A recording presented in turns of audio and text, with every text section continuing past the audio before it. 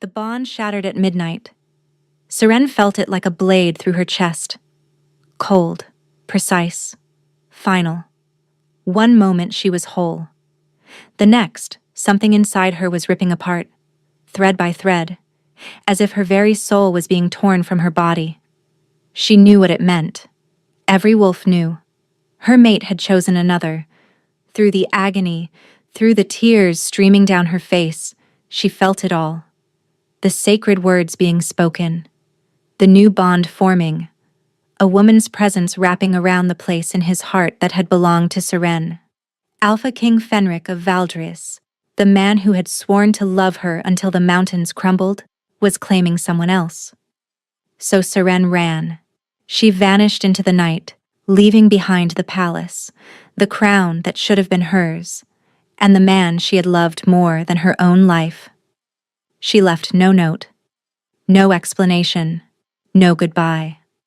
Let him have his new queen. She would rather die in exile than watch. But Seren didn't know the truth. She didn't know that the bond she felt breaking was a lie, woven by dark magic. She didn't know that the man she loved was screaming her name even now, fighting against chains he couldn't see. And she didn't know that when Fenric discovered what had been done, when he realized she was gone, he would burn his own kingdom to the ground to find her. He would betray his pack, slaughter his council, break every law his bloodline had ever written. Because some bonds, once forged, cannot be replaced. And some kings, when they lose what matters most, become monsters. The ceremony was supposed to be a formality. Seren stood in their private chambers, brushing her hair before the mirror, waiting for Fenric to return. The lunar rite was an ancient tradition, a reaffirmation of alliances, nothing more. He would stand before the pack elders, accept their blessings, and come back to her within the hour. He had kissed her forehead before leaving. "I'll be quick," he'd promised. "Keep the bed warm." She had laughed, swatting his chest. "You say that every time." "And I mean it every time." His scent still lingered on her skin, pine and wood smoke and something uniquely him. The scent of home, the scent of safety. After 2 years as his bonded mate, Seren still couldn't believe her fortune. A lowborn Omega chosen by an Alpha King. The scandal had nearly torn the kingdom apart. But Fenric hadn't cared. He had looked at her, truly looked at her, and said, "You're mine. Nothing else matters." And Seren had believed him. She was still brushing her hair when the first tremor hit.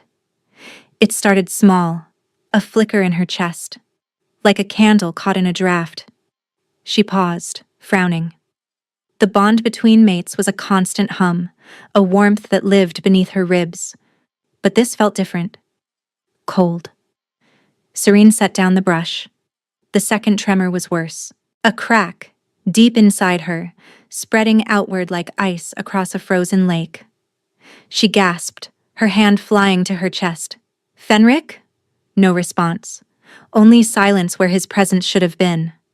And then the bond exploded. Seren screamed. She collapsed to her knees, clutching at her chest as agony unlike anything she had ever known tore through her.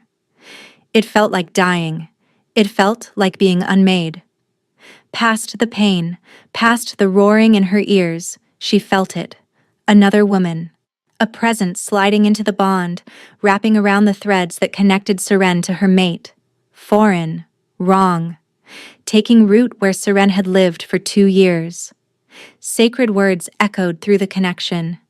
Ancient vows, binding vows, the kind that could only be spoken when an alpha claimed a new mate. "I take you as mine, my queen, my bond, my eternal." Fenric's voice, his words, but not to her. Serene's vision blurred with tears. No, this couldn't be happening. This wasn't possible. He loved her. He had chosen her. He had... The bond snapped. Clean. Complete. Final.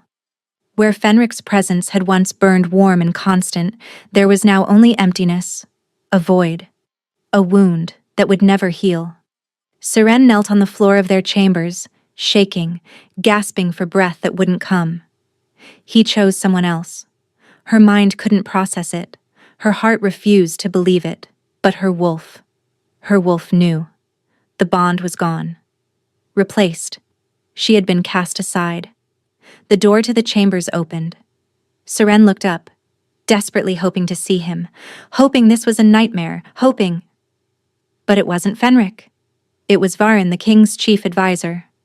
An elderly wolf with cold eyes and a colder smile. "My lady," he said smoothly, "I see you've felt the news." Seren stared at him, unable to speak. "The king has taken Nerissa as his bonded queen. The ceremony concluded moments ago." Varen's smile widened, showing too many teeth. "You understand, of course. A king cannot be bound to an omega of no standing. The pact demanded a proper queen." And King Fenric agreed. Lies.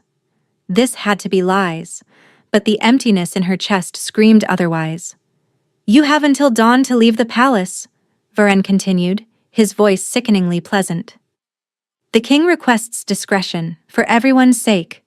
He turned and left, closing the door softly behind him.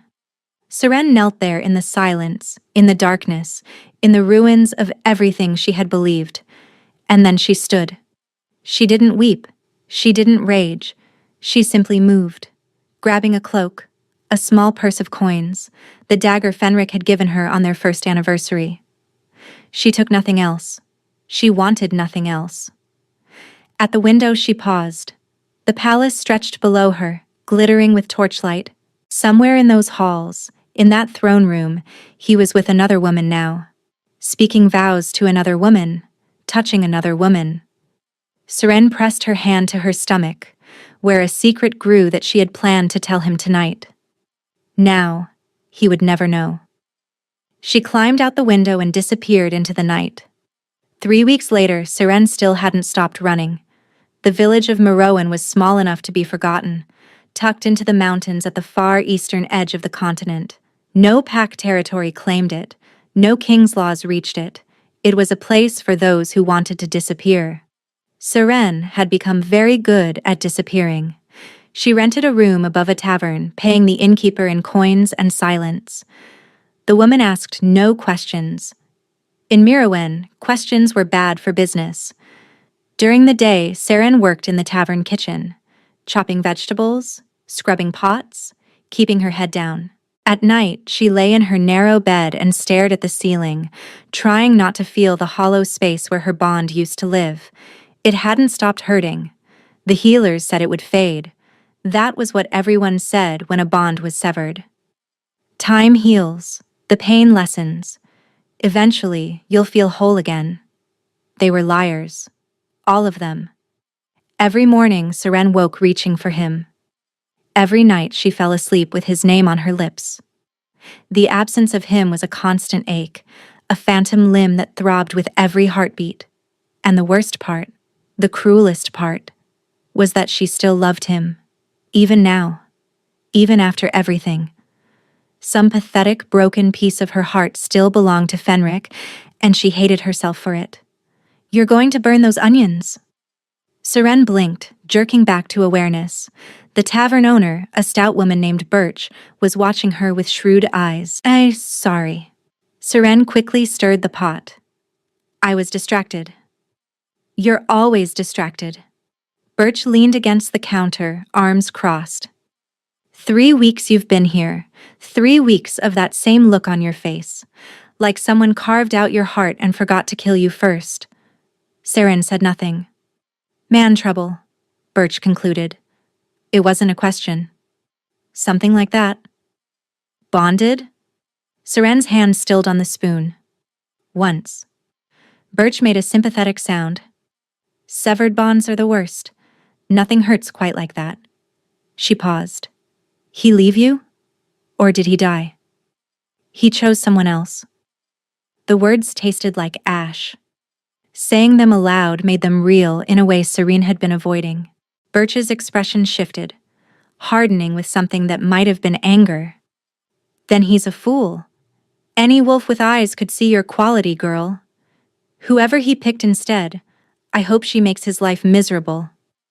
Despite everything, Seren almost smiled. "Thank you. Don't thank me. Just don't burn my onions." Seren returned to her work, but her mind drifted again, back to Valdris, back to the palace, back to him. Did he think about her at all? Did he wonder where she had gone? Or had she already been erased from his memory, replaced by the woman who now wore her crown? Nerissa. Seren didn't know much about her. A noble's daughter, high-born and beautiful. Everything Seren had never been. The pack had probably celebrated the new queen. Finally, a proper match for their king. Finally, someone worthy. Seren's hand drifted to her stomach. The baby was still just a flutter, a present she felt more than anything else. In a few months, the signs would be impossible to hide, but for now, it was her secret. The last piece of Fenric she had left. He would never know. That was the cruelest irony of all. The heir he had always wanted. The child they had dreamed about together. And he would never know it existed. Sometimes, late at night, Seren imagined going back. Imagined standing before him with the evidence of their love swelling beneath her dress. Imagined the look on his face when he realized what he had thrown away. But then she remembered the bond snapping. Remembered feeling another woman take her place. Remembered the cold finality of it. He had made his choice. Now she had to live with it. The tavern door crashed open. Seren looked up as 3 men stumbled in. Travelers by the look of them, dusty from the road.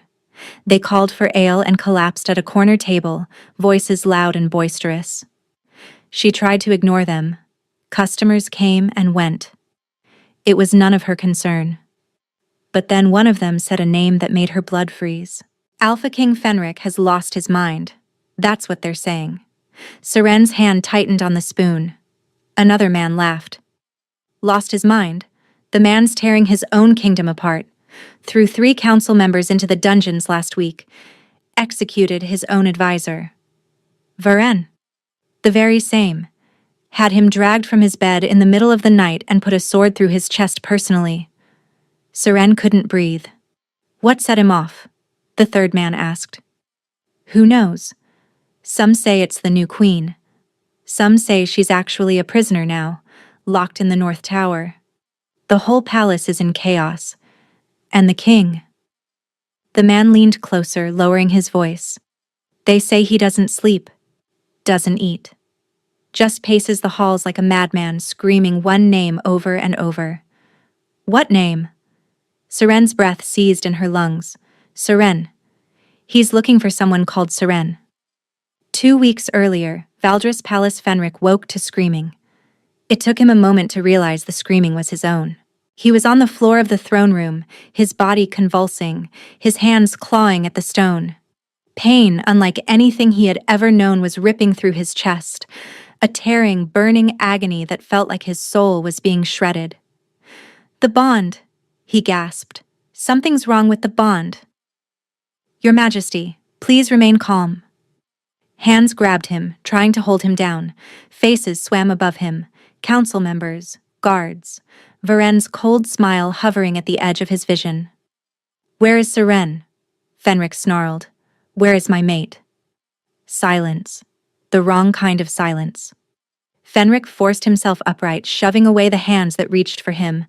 His wolf was howling inside his skull, clawing for dominance, sensing something catastrophically wrong.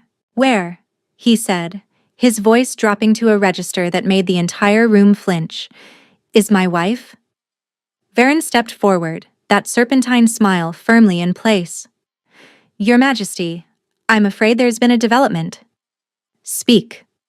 During the lunar rite, the Pack Elders determined that your bond to the Omega Seren was unsuitable. For the good of the kingdom, a new bond was required. A proper queen. Varen gestured, and from behind a pillar, a woman emerged. Nerissa. She was beautiful in a cold, sculpted way. High cheekbones, pale hair, eyes like chips of ice. She curtsied deeply before him. My king, she said, my mate. Fenric stared at her. Then he looked down at his hands, at the faint, foreign tingle that hummed beneath his skin. A bond. But not his bond. Not Seren's warmth and light and home. Something wrong. Something forced. "What have you done?" His voice was barely human. Varen's smile faltered. "Your Majesty, this was for the best. The Omega was beneath you. The pact demanded—" "I didn't ask what the pact demanded." The roar shook the walls. Windows rattled. Guards stumbled backward, hands flying to their weapons. Fenric grabbed Varen by the throat and lifted him off the ground with one hand. "What," he said, each word dripping with murder, "have you done to my bond?" Varen clawed at his wrist, choking. "Ancient, magic, the elders, we severed. You severed my bond to Seren? She's just an Omega. She is my heart." Fenric threw Varen across the room.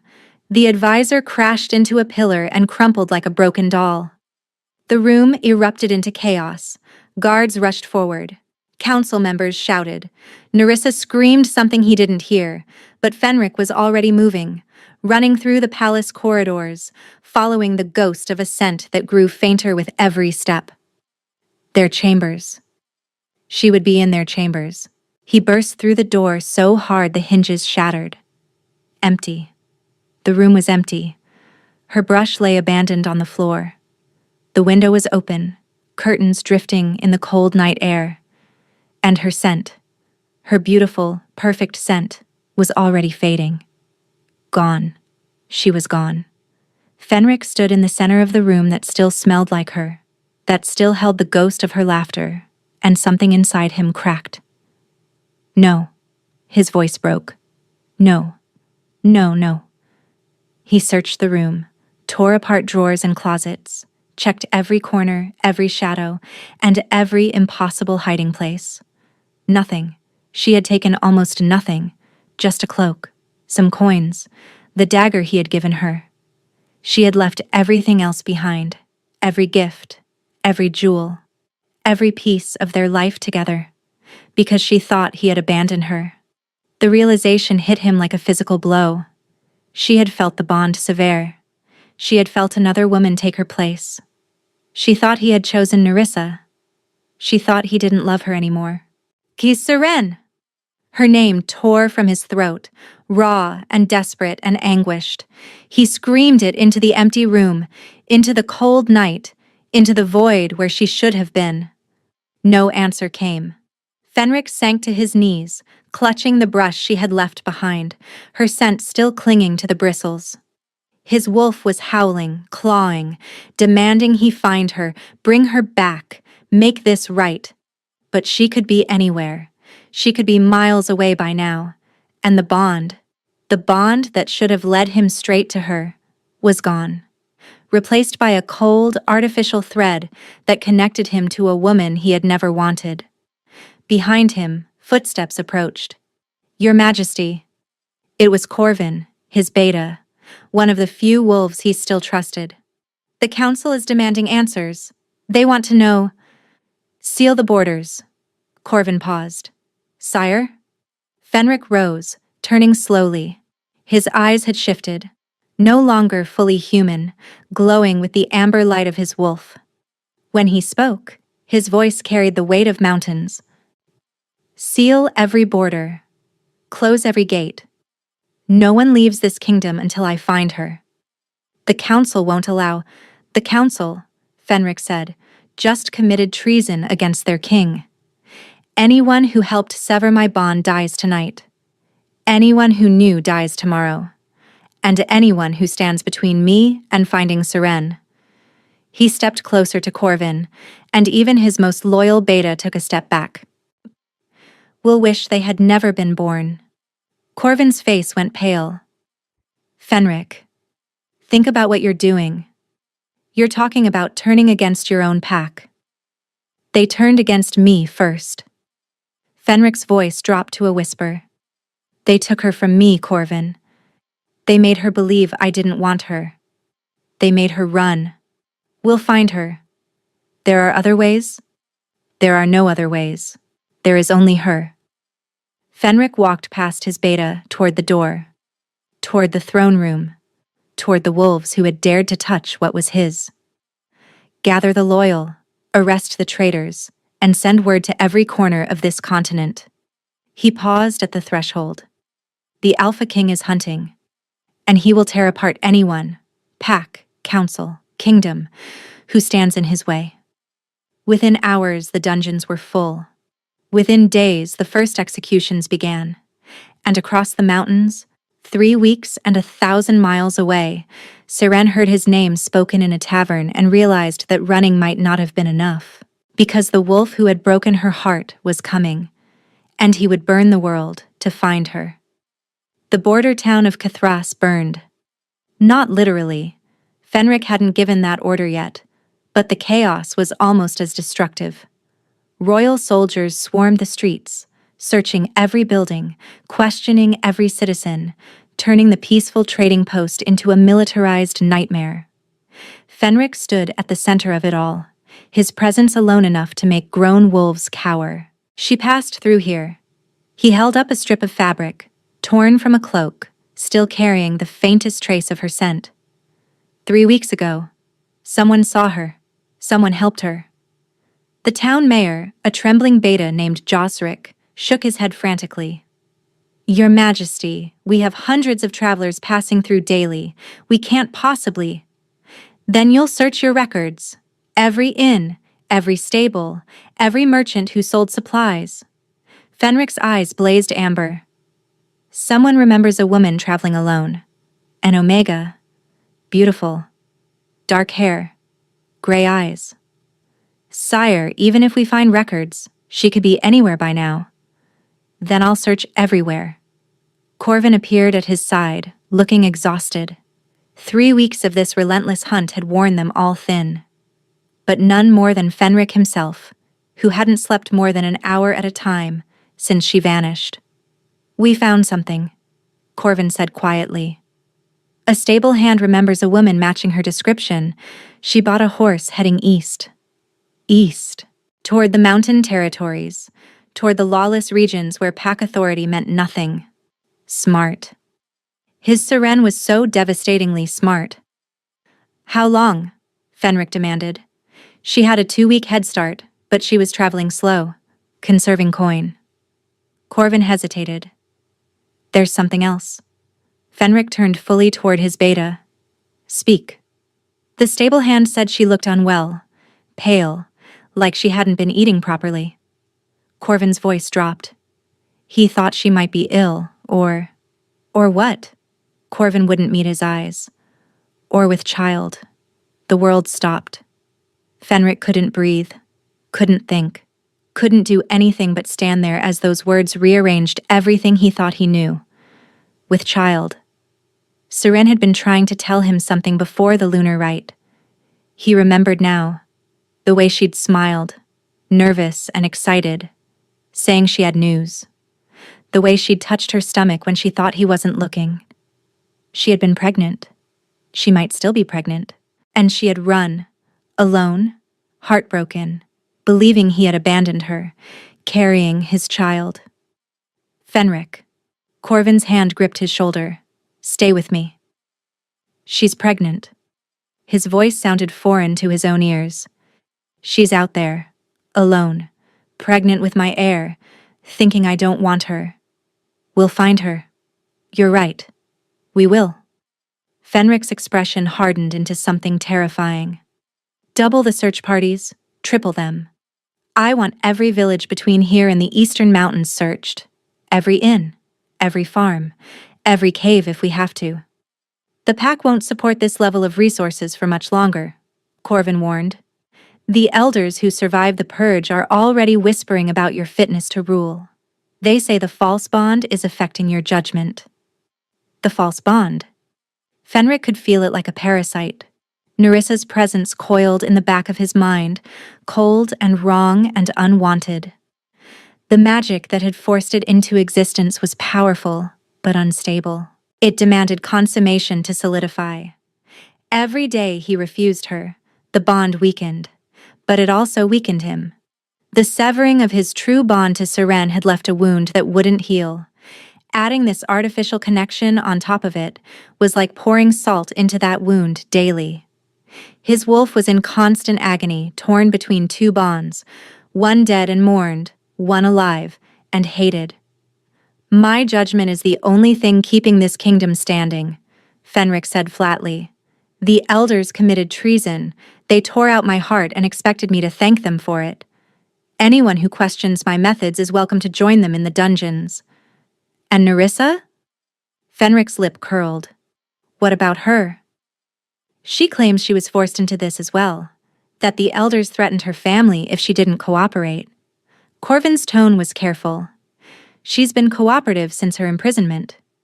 Perhaps she knows something useful." For a long moment, Fenric considered it. He hated Nerissa.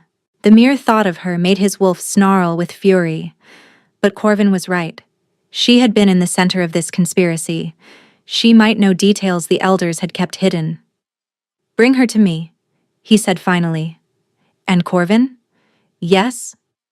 If she lies to me, even once, I'll let my wolf handle the interrogation." Corvin nodded and disappeared. Fenric turned back to the town, to the search, to the impossible task of finding one woman in an entire continent. But she wasn't just one woman. She was everything. The only thing that had ever made his crown worth wearing. He would find her. And when he did, he would spend the rest of his life proving that she had never been abandoned, that the bond they shared was real, even if magic had tried to destroy it, that she was, and would always be, his true queen. The hunt continued. 2 years earlier, the forest of Valdris. The first time Fenric saw Seren, she was standing in a river, trying to save a drowning pup. He had been hunting alone that day, a rare indulgence for a king constantly surrounded by guards and advisors. The forest was his sanctuary, the one place he could shed the weight of his crown and simply be a wolf. He had heard the splashing first, then the screaming. By the time he reached the riverbank, a young Omega woman was waist-deep in the rushing current, fighting to reach a pup being swept toward the rapids. The child's mother was howling from the shore, too weak to fight the water herself. Without thinking, Fenric shifted and dove in. The current was brutal. The water was ice-cold from mountain runoff. But he reached the pup first, grabbing the child by the scruff and hauling him toward the bank. When he looked up, the Omega was struggling. The same current that had taken the pup was now pulling her under. Her head disappeared beneath the surface, came up, went under again. Fenric shoved the pup toward his mother and turned back. He reached the Omega just as she went under for the third time.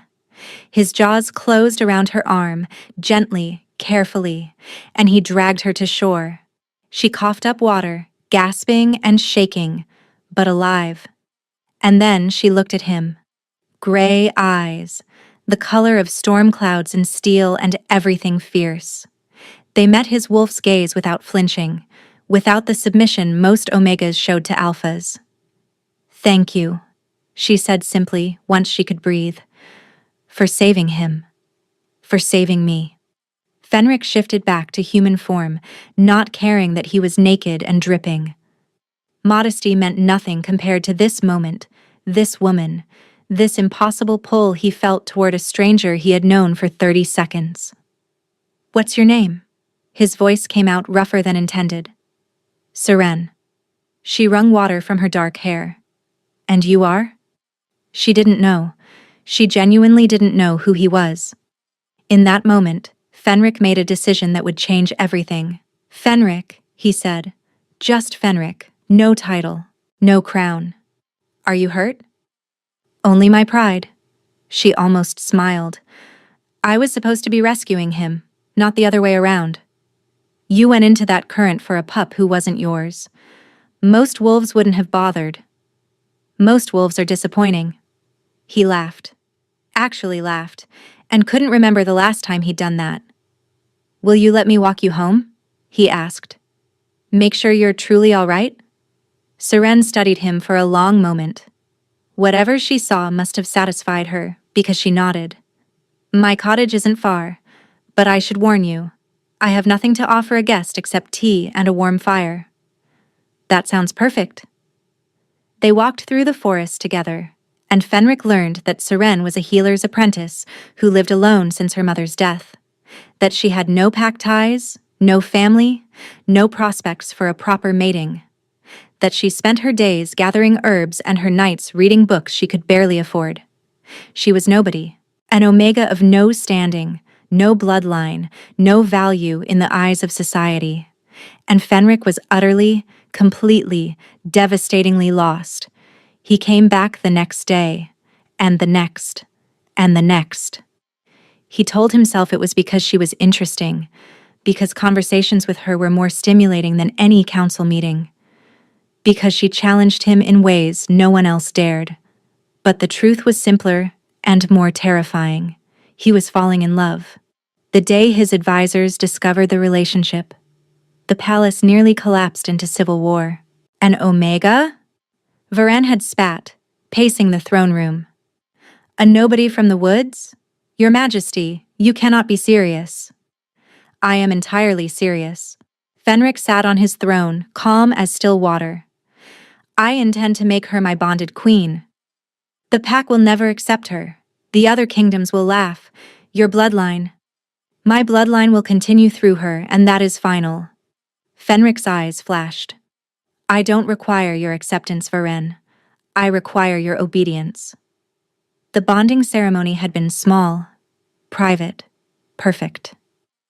They stood beneath the full moon in the same forest where they had met, with only Corvin as witness. Seren wore a simple white dress. Fenric wore his heart on his sleeve. I claim you as mine, he said, his voice thick with emotion. My mate, my heart, my home. Wherever you go, I follow. Whatever you face, I face beside you. Until the stars fall from the sky and the mountains crumble to dust. Seren's eyes were bright with tears. I claim you as mine. Not your crown. Not your kingdom. You. The man who jumped into a river for a stranger. The man who sees me, truly sees me, when the rest of the world looks through me. The bond snapped into place like a key turning in a lock, and Fenric finally understood what it meant to be complete. Present day. Valdris Palace. The memory faded, and Fenric found himself standing in their empty chambers again. He came here every night, stood where she had stood, breathed air that no longer carried her scent, tortured himself with memories of what he had lost. I'm coming, Seren, he whispered to the darkness. I swear on every star in the sky, I'm coming for you. Just hold on a little longer. Somewhere across the mountains, he prayed she could feel him. Even with the bond shattered, even with magic standing between them, surely some part of her still knew the truth. Surely some part of her still believed in him. The dungeon beneath Valdris Palace had never held so many prisoners. Fenric walked past the cells slowly, letting his presence sink into every shivering soul behind the iron bars. Council members, elder wolves, nobles who had thought themselves untouchable. All of them had played a part in the conspiracy against his bond. All of them would answer for it. At the end of the corridor, in a cell separated from the others, sat the woman at the center of it all. Nerissa looked nothing like the polished noble who had stood before him 3 weeks ago. Her pale hair was tangled, her fine clothes were ruined, and her eyes, those cold, calculating eyes, were filled with something that might have been genuine terror. Good. Leave us, Fenric commanded the guards. They obeyed instantly, their footsteps echoing away until silence swallowed the dungeon. Fenric stepped closer to the bars. You said you were forced into this. Nerissa scrambled to her feet. I was, Your Majesty, I swear it. Varen came to my family with threats. He said if I didn't participate, he would destroy my father, my brothers, everything we had. And you expect me to believe you had no choice? I had no good choices. Tears streamed down her face. But I never wanted this. I never wanted to be bonded to a man who could never love me. I just wanted to survive. Fenric studied her in silence. His wolf wanted to rip her apart. She was the foreign presence in his bond, the usurper who had taken Seren's place even if she hadn't asked for it. Every instinct screamed to eliminate the threat, but beneath the rage, some rational part of him recognized the truth in her words. Nerissa was a pawn, a tool used by the real architects of this conspiracy. Destroying her wouldn't bring Seren back. "Tell me everything," he said finally. "Every detail of how this was done, who planned it, what magic they used. Everything." Nerissa nodded frantically. "It started months ago. Varen approached the Elder Council with concerns about your Omega Queen. They said she was weakening the bloodline, making the pack vulnerable. They convinced each other that removing her was necessary for the kingdom's survival." "Removing her how?" "There's an ancient ritual. Blood magic. It requires the original bondmate to be present, but unconscious." Nerissa's voice trembled. "During the lunar rite, they drugged your wine. While you were incapacitated, they severed your bond to Seren and created a new one to me." Fenric's hands clenched into fists. "I would have felt it. I would have fought. They had a witch, a powerful one. She suppressed your wolf, kept you docile while they worked." Nerissa shook her head. "By the time you woke, it was done. The false bond was already taking root." "A witch. Who?" "I don't know her name. Varen kept her identity secret. But she's still in the palace." Nerissa's eyes widened. "Your Majesty, she's been here the whole time, maintaining the false bond from the shadows. If you find her, you might be able to reverse what was done." Hope, dangerous, fragile hope, flickered in Fenric's chest. "If the bond can be reversed, then your true bond might be restored." Nerissa actually looked relieved. "Find the witch. Break her spell. You could have your real queen back." Fenric was already turning away, his mind racing.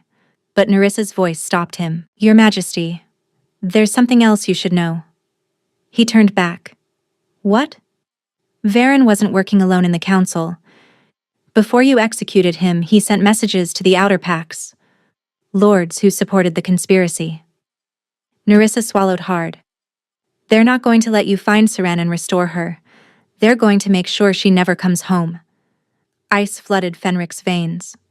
"What do you mean?" "I overheard them talking, before everything fell apart. They said if she ran, they would send hunters. Wolves who specialize in permanent solutions." Nerissa's voice dropped to a whisper. "They've already dispatched assassins, Your Majesty. They're going to kill her before you can reach her."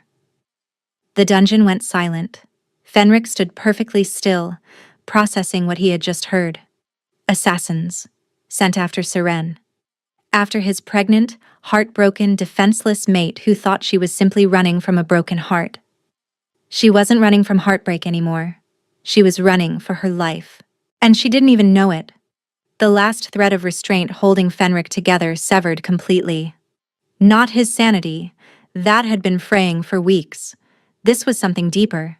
Something more primal. The final barrier that had kept him tethered to civilization, to duty, to anything resembling a king's composure. It was gone. "Corvin!" His roar shook the dungeon walls. His beta appeared within seconds, breathless and alarmed. "Gather every loyal wolf we have," Fenric commanded. "Not soldiers, hunters, the best trackers in the kingdom. We leave within the hour." "Where are we going?" "East, to the mountains, to find her before the assassins do." Fenric's eyes were fully wolf now, glowing like molten gold. "And Corvin? Anyone who tries to stop us, pack member, council lord, I don't care, dies where they stand." Corvin hesitated. "Fenric, this is war. You're declaring war on your own people." "They declared war on me first," Fenric snarled. "They stole my mate. They tried to destroy my bond. And now they're hunting the mother of my child like an animal." He stepped closer to Corvin, and even his most trusted friend flinched at the fury radiating from him. Let them see what happens when you take everything from a king, Fenric said softly. Let them understand that there is no line I won't cross, no law I won't break, and no life I won't take to bring her home. And if the pack turns against you completely? Fenric smiled, a terrible wolf smile. Then I'll build a new pack from the ashes of this one. He strode out of the dungeon, leaving Nerissa trembling in her cell, and Corvin staring after him with something between admiration and horror. Within the hour, the hunting party rode out of Valderis. They headed east, toward the mountains, toward the lawless territories where Seren had fled. And behind them, the kingdom they left began to tear itself apart. Half loyal to their maddened king, half convinced he had become the very monster they needed protection from. But Fenric didn't care. Let them call him monster. Let them call him tyrant. Let them call him anything they wanted. He would save Seren. He would kill anyone who stood in his way. And when this was over, when she was safe in his arms again, he would make every single wolf who had conspired against them beg for a death they would not receive. The hunt was no longer just a search. It was a reckoning. The assassins found her first. Seren had just finished her shift at the tavern, climbing the narrow stairs to her room when she felt them. 3 distinct presences, wolf-strong and predator-sharp, waiting in the shadows of her tiny sanctuary. She froze on the top step. "Don't bother running," a voice said from inside. "We've been watching you for 2 days. We know every exit." Seren's hand went to the dagger at her hip, Fenric's dagger, the only piece of him she had kept. Her pulse thundered in her ears, but she forced her voice steady. "Who sent you?" The door swung open. A massive wolf filled the frame, scarred and brutal, with eyes that held no mercy. Behind him, 2 more killers flanked the room's small window. "The remaining council loyalists send their regards," the scarred wolf said. "You've caused quite the mess, little Omega. The king's gone mad looking for you. Half the kingdom wants him dead. The other half wants you dead even more." "I haven't done anything." "You exist. That's enough." He stepped closer. "The king won't stop until he finds you. So we're going to make sure there's nothing left to find." Seren's wolf surged inside her, not with power, but with desperation. She couldn't fight 3 trained killers. She couldn't outrun them. But she could not, would not let them take her child. "Please." The word tore from her throat. "I'm pregnant. Whatever quarrel you have with me, the baby is innocent." Something flickered across the scarred wolf's face. Surprise, maybe. Or calculation. Pregnant with the king's heir? He laughed, a cruel sound. "That makes you more dangerous, not less. A bastard child to challenge whatever bloodline the council installs after Fenric falls?" He shook his head. "No. You both die tonight." He lunged. Seren moved on instinct, ducking under his grab, slashing with her dagger, catching him across the forearm. He howled in fury and backhanded her across the face. She hit the wall hard. Stars exploded across her vision. She heard rather than saw the other 2 closing in, felt hands grabbing her arms, slamming her to the ground. "Hold her still. Make it quick. We're already behind schedule." The window exploded inward. Glass and wood shattered as something massive crashed through, shifting midair from wolf to man, hitting the ground in a crouch that radiated pure, concentrated death. Fenric. Seren's heart stopped. He looked like a nightmare brought to life. Blood already streaked his face, not his own. His eyes blazed full amber, his wolf riding so close to the surface that his features seemed caught between forms. And his scent. His scent was rage and violence and something so desperately anguished that Seren wanted to weep. "Get away from her," he said. The words were barely human. The scarred assassin recovered first, releasing Seren and spinning toward the new threat. "Kill him! Kill him now!" They moved. Fenric moved faster. What happened next would haunt Seren for the rest of her life. Not because it was horrible, though it was, but because some broken part of her found it beautiful. Fenric didn't fight like a king. He fought like an animal protecting its mate. Every strike was lethal. Every movement was calculated to destroy. The first assassin died before he could raise his blade. The second managed a single swing before Fenric's claws opened his throat. The scarred wolf lasted longest, nearly 10 seconds, before Fenric slammed him against the wall and held him there, suspended, choking. "Who sent you?" Fenric demanded. "The council." "Which members?" "Names." The assassin laughed through bloodied teeth. "Does it matter? You're already dead. The whole kingdom is turning against you. You can't protect her and hold your throne. Watch me."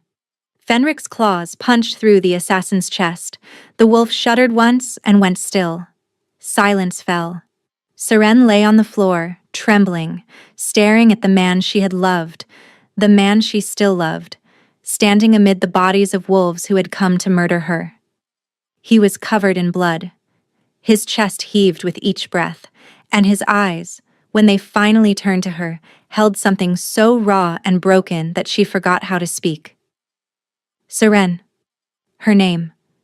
Just her name. But he said it like a prayer, like a lifeline, like the only word that mattered in any language. "You found me," she whispered. "I will always find you." He moved toward her slowly, as if approaching a wounded animal. "Always, across any distance, through any obstacle. There is nowhere you can run that I won't follow." Tears spilled down her cheeks. "You chose her. I felt it. The bond was forced, stolen. I never chose anyone but you." He dropped to his knees before her, his bloodied hands hovering, not quite touching. "They drugged me during the lunar rite, used blood magic to sever our bond and create a false one. I woke up screaming your name, and you were already gone." "No." She shook her head. "No, I felt it. I felt another woman in our bond. Magic. Dark magic wielded by traitors who thought they could control me." His voice cracked. "I executed every elder who participated, threw half the council in the dungeons, turned my own pack inside out looking for you. I have done terrible things, Seren, unforgivable things, and I would do them all again if it meant finding you." She stared at him. This beautiful, broken king who had shattered his own kingdom to reach her. "The bond is gone," she said softly. "I can't feel you anymore." "I know."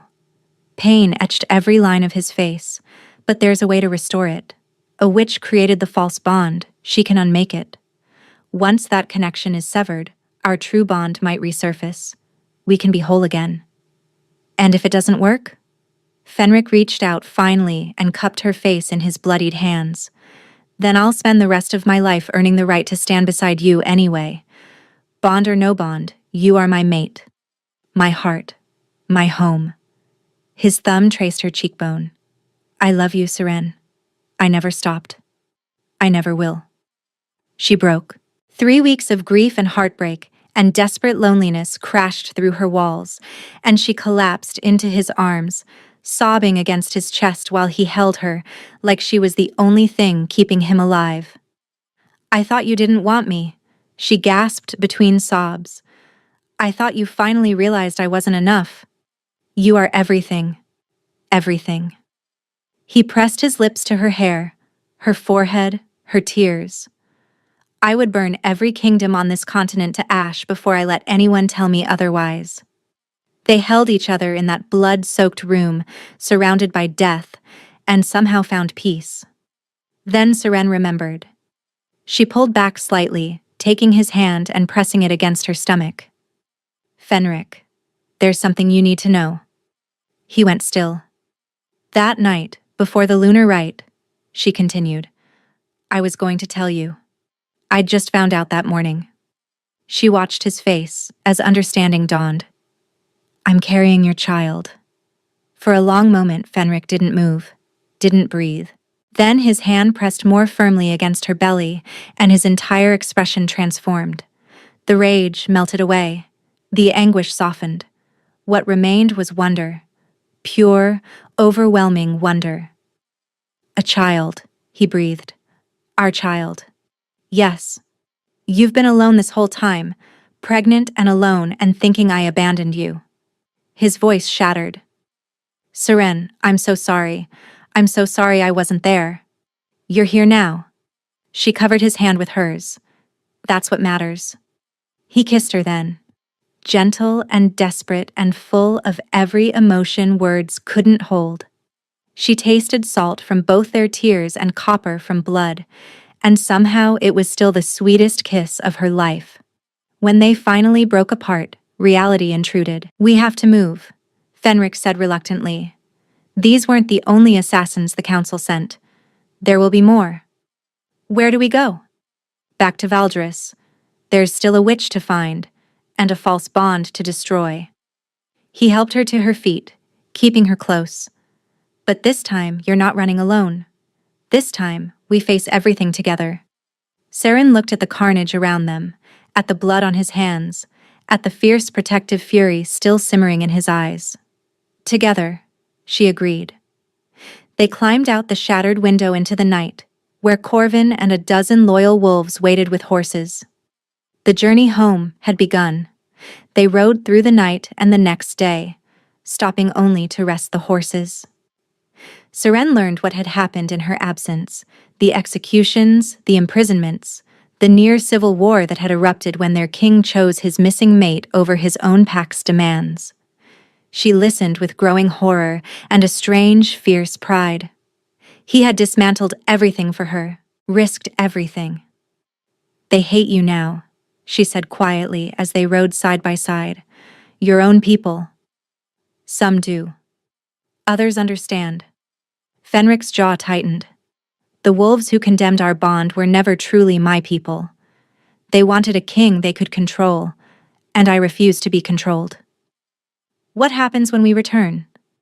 We find the witch, break her spell, restore our bond. His eyes met hers. Then we rebuild, together. Valdris appeared on the horizon as the sun set, a dark silhouette against the burning sky. Even from a distance, Seren could sense the tension. The kingdom was holding its breath. They entered through the eastern gate, flanked by Corvin's wolves. Servants and guards alike stopped to stare as their king returned with his lost queen riding beside him. The whispers started immediately. That's her. The Omega. She's alive? Look at the king's face. He's different. Is she truly pregnant? Seren kept her chin high, refusing to show weakness. These people had participated in her destruction, or at least allowed it to happen. She would not give them the satisfaction of seeing her cower. Fenric led her directly to the throne room, where a small group waited. Corvin's most trusted wolves, a handful of servants who had proven loyal, and in the corner, still under guard, Nerissa. The false queen looked even worse than before.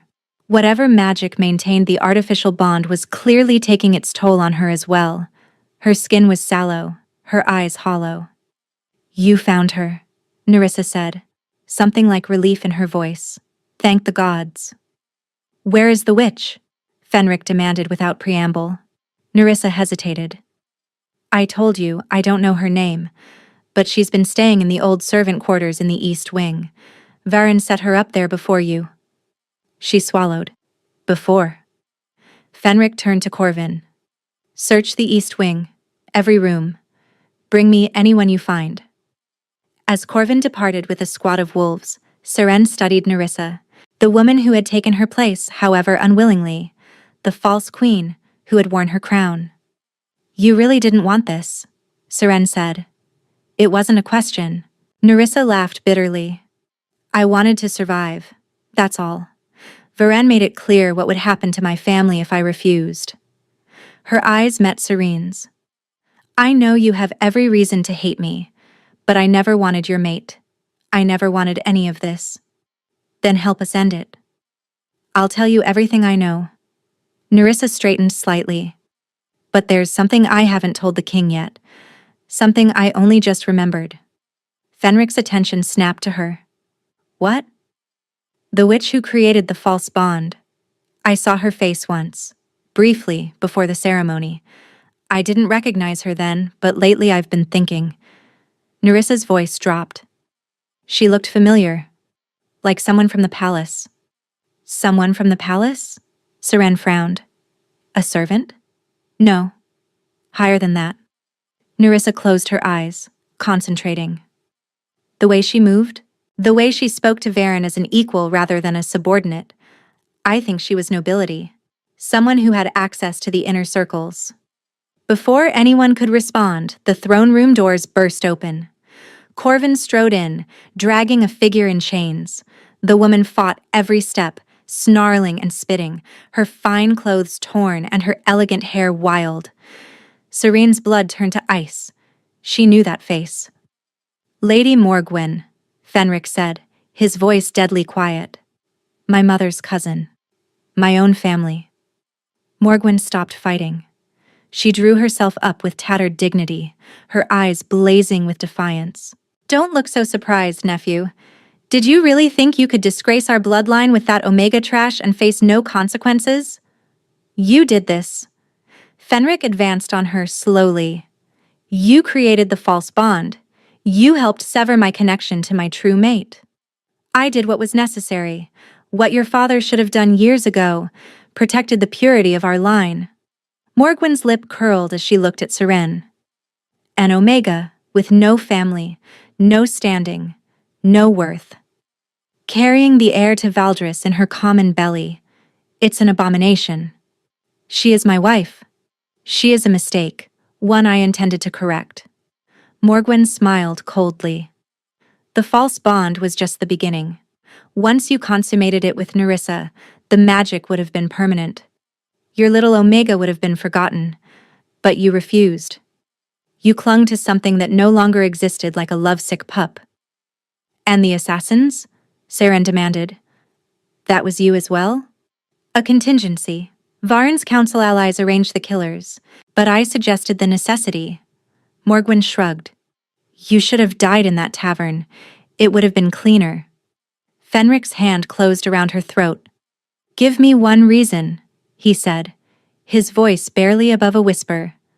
Why I shouldn't kill you where you stand. Because only I can undo what I've done. Morgwen's smile didn't waver, even as his grip tightened. The false bond is tied to my blood magic. My life force. Kill me now, and the magic dies with me, but so does any chance of restoring what was lost. You'll be bonded to Nerissa forever, and your precious Omega will remain severed from you for the rest of her life. Fenric's grip trembled with the effort of not crushing her windpipe. You're lying. Am I? Are you willing to gamble your bond on it? Silence stretched through the throne room. Seren stepped forward, placing her hand on Fenric's arm. Let her speak. Seren, if she can restore our bond, we need her alive, at least for now. Seren met Morgwen's hateful gaze without flinching. Tell us what you need to undo the magic. Morgwen rubbed her throat as Fenric reluctantly released her. It requires a reversal ritual. Blood from both false bonded parties, willingly given.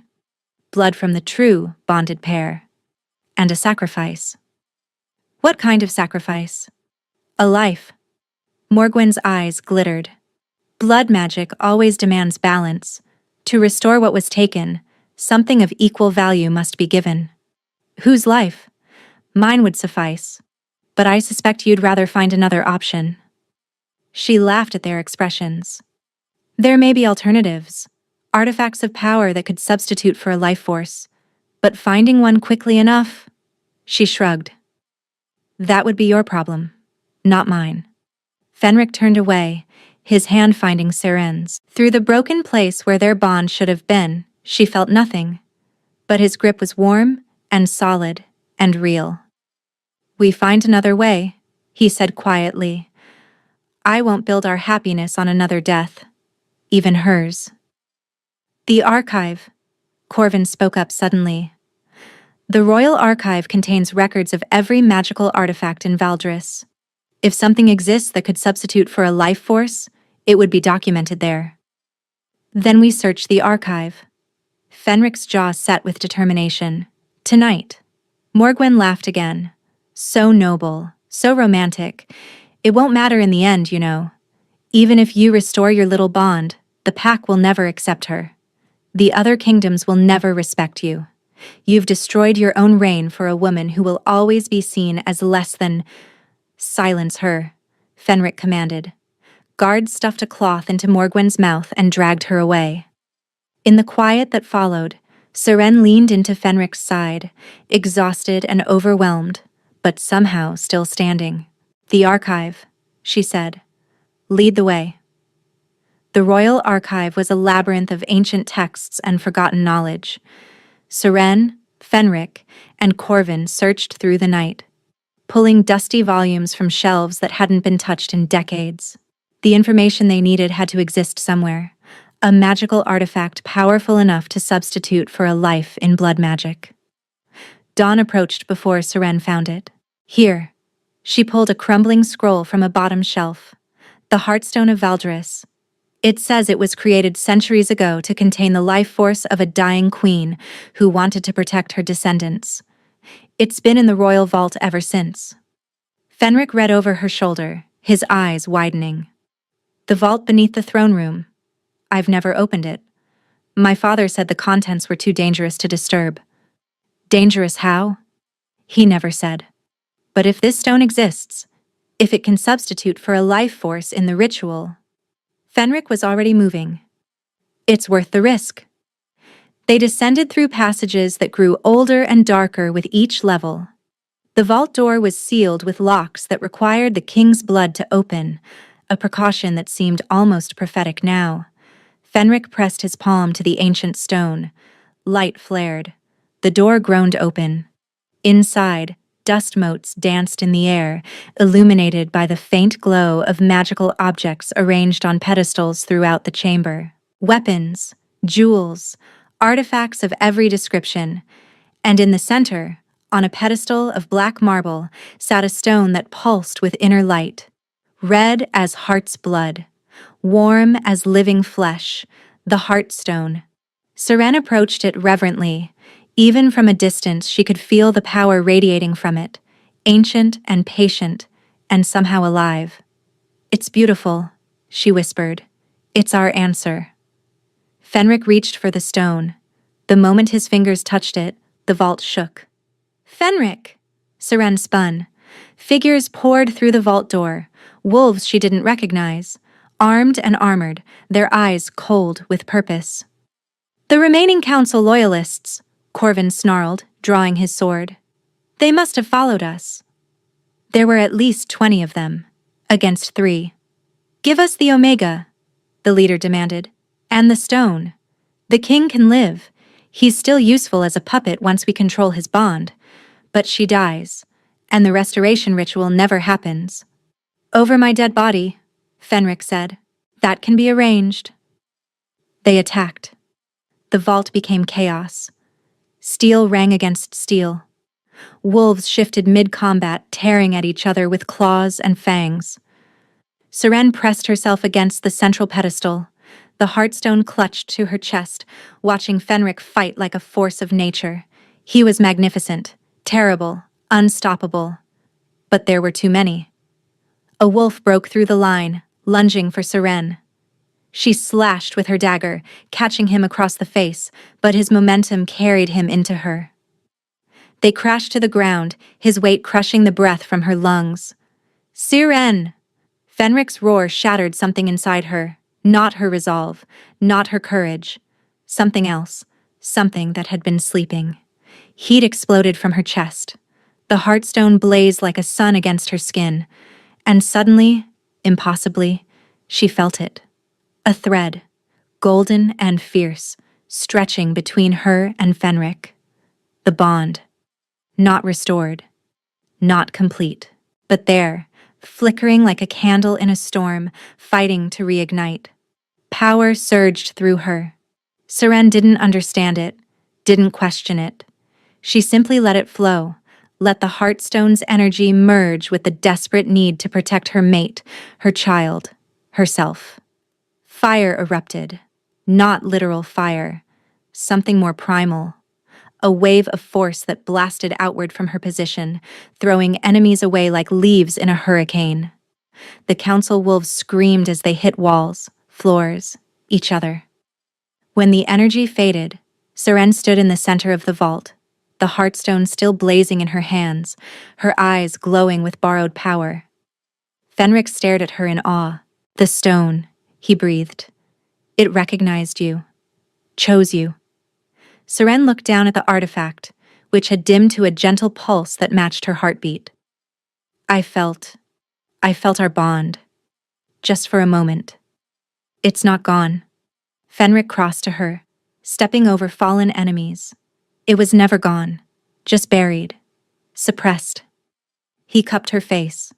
"You brought it back. The Heartstone helped. The Heartstone responded to you, to your love, to your will to survive." He kissed her forehead. "You're extraordinary." Corvin appeared beside them, bleeding but alive. "We need to move. More will come." "Let them." Fenric took Seren's hand. "We have what we need. It's time to end this." They climbed out of the vault, the Heartstone cradled between them like a promise, and went to find Morgwen. The ritual awaited. The throne room had been cleared. Morgwen knelt in the center of a ritual circle, her chains replaced by magical bindings that prevented her from fleeing or interfering. Around her, symbols had been drawn in salt and ash, the framework of the reversal ritual she had been forced to teach them. Fenric stood on one side of the circle, Nerissa stood on the other, her face pale but determined. And in the center, between them, Seren held the Heartstone. "Begin," Fenric commanded.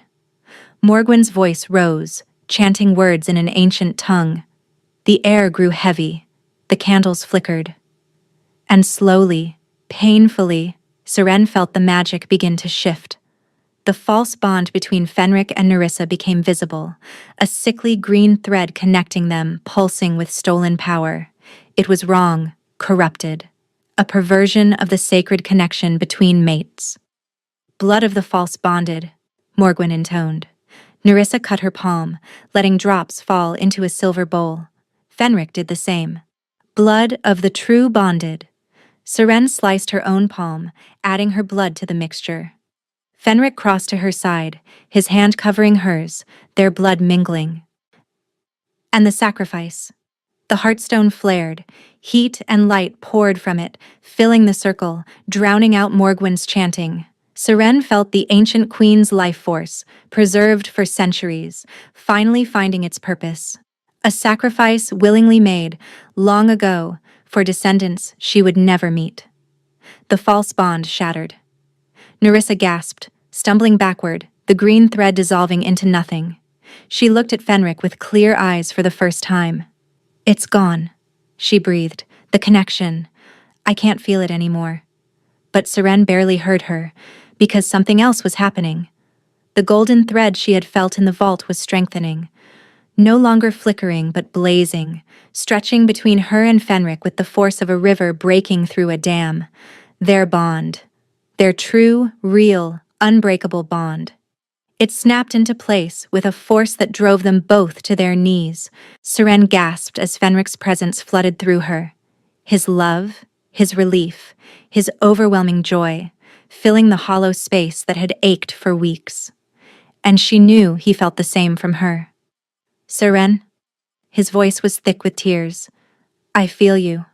I feel you again." "I know." She was crying too. "I feel you too." He pulled her into his arms, both of them kneeling in the center of the ritual circle, the Heartstone cooling between them, its purpose fulfilled. Around them, the witnesses stood in stunned silence. Corvin, the loyal wolves, even Morgwen, still bound, watching with something that might have been awe. The bond was restored. They were whole again. 6 months later, the kingdom of Valdris had transformed. The corrupt council was gone, executed, imprisoned, or exiled.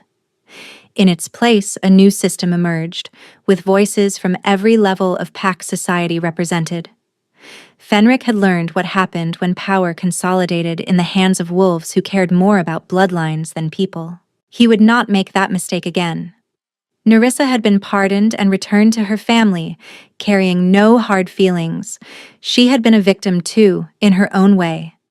The last Seren heard, she had found a genuine mate, a merchant from a southern territory who knew nothing of politics and loved her completely.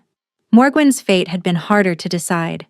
In the end, they had stripped her magic and exiled her to the far reaches of the continent. Death would have been kinder, perhaps. But Seren had seen enough death. And Seren herself? She stood in the royal nursery, watching Fenric cradle their daughter in his massive arms. The baby was barely a week old, with her father's golden hair and her mother's gray eyes. "She's perfect," Fenric murmured, his voice softer than Seren had ever heard it. "Absolutely perfect." "She has your stubbornness," Seren teased. "Wouldn't come out until she was good and ready." "That's your stubbornness, not mine." "Is that so?" He looked up at her, his eyes filled with so much love that it stole her breath. Through their bond, she felt the same emotion echoing back tenfold. "I never thanked you," he said quietly. "For what?" "For running." He shook his head at her surprised expression. "If you hadn't run, I never would have known the depths of the conspiracy against us. I would have been controlled, manipulated, never understanding why my own pack turned against our bond. I ran because I was heartbroken. You ran because you survived." He crossed to her, the baby nestled between them. "You've always been a survivor, Seren. From the moment I pulled you out of that river. And now," he kissed her softly, "now we survive together." The nursery was quiet except for their daughter's soft breathing. Outside, the kingdom continued its healing, slowly, imperfectly, but genuinely. There would be more challenges ahead. There always were. But standing here, with her mate beside her and their child in his arms, Seren knew one thing with absolute certainty. She had run from heartbreak and found her way home. And home, true home, was not a place. It was him. It was them. It was the bond that had refused to die, no matter what darkness tried to sever it. And it would last forever.